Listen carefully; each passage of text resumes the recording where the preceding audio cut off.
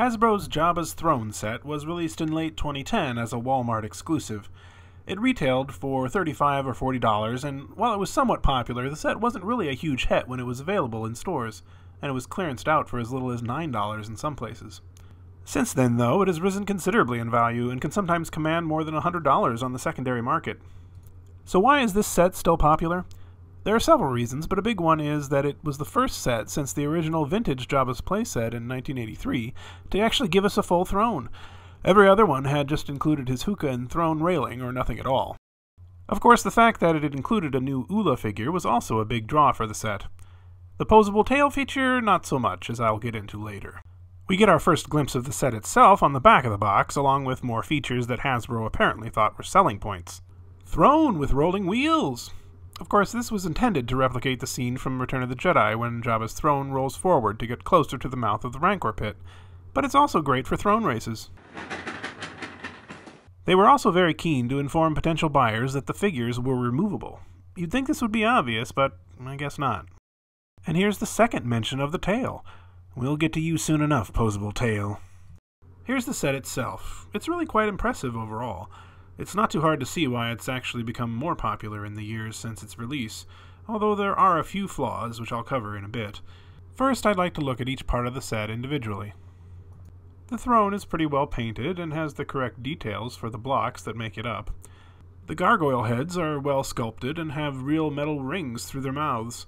Unfortunately, it seems pretty obvious to me that they're too small, both for the throne itself and for the rings that they're holding.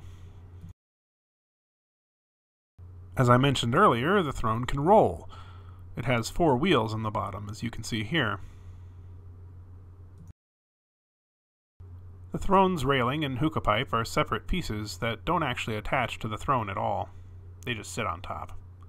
One of my favorite things about this set are the accessories you get, such as this animal skin or cloth, and an incredible number of pillows that you can scatter all around the throne. These are small touches, but they really add a lot to the set, and frankly I'm still surprised that Hasbro thought to include them. Here we have Jabba himself. He's well sculpted, although somehow his body seems a little squat. The paintwork is okay, but I find myself wishing they had done a bit more on his face. His shoulders and elbows are articulated, but his wrists aren't, which is a bit of a shame. But they did include his tattoo on his right arm. Of course, his head can also turn on his body, as you can see here.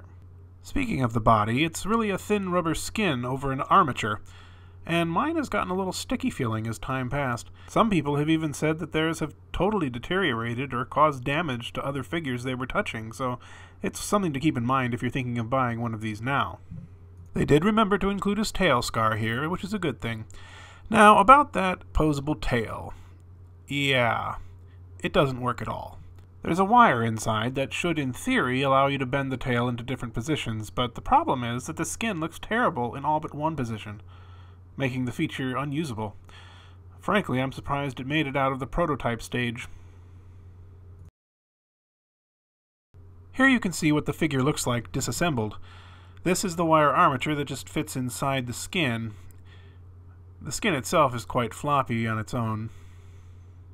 And of course the head just goes on top. Without the skin to worry about, the wire tail actually works fairly well. It holds a pose. Interestingly, I found that the head of this figure actually fits really well on the body of the vintage Jabba figure. The tail still moves, as you can see, and I think it actually looks better than the wired tail it came with. I'm planning on painting these two pieces so they'll match at some point. Salacious Crumb is a pretty nice figure, although he's not new with this set. They included him with a C-3PO figure a few months before this set came out. He's got fairly good articulation for such a small little guy. Speaking of articulation, Ula has excellent articulation, allowing her to pull off a variety of dance poses. The sculpt on her body and face is also fantastic, but it's hard to see with all this paint and netting in the way. Looking at this prototype for the figure lets you really appreciate how well done the figure is.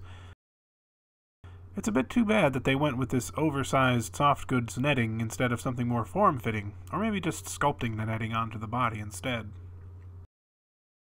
This is my attempt at a custom version of this set.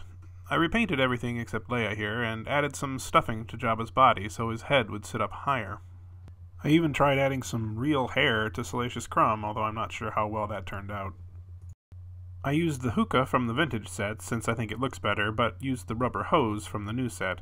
And I used the gargoyle heads from the vintage set as well, carving out and resculpting their mouths so that they can hold real metal rings. While the original heads on the throne were too small, these are actually a little too big, but I think they look good. When the Jabba's Rancor Pit set came out, a lot of people wondered if it was worth replacing their Walmart Jabbas with the new figure. Well, I still like the Walmart Jabba. I do think the new version has the edge in a few ways. The body looks better, and the head doesn't look like it's just plopped on top of it. The paint job can be a little sloppy on some figures, but if you find a good one, I think it can look really nice, and I think the color scheme is better. And I also think that the head is actually more in scale with the body as well, although it may look a little small when you look at the two of them side by side. So is it worth getting this set now? I'd say yes, although I'm not sure I'd pay $100 or more for it. There have been only 2 full thrones made for Jabba in this scale, and small gargoyle heads aside, this is a very nice one. Ula is a great figure as well, and even if the new Jabba has some advantages, the one that came with this set is still very nice. Do you have this set? Which of the Jabba figures do you prefer? Let me know in the comments. And if you'd like to see more of my videos, here are a couple of them that you could watch right now.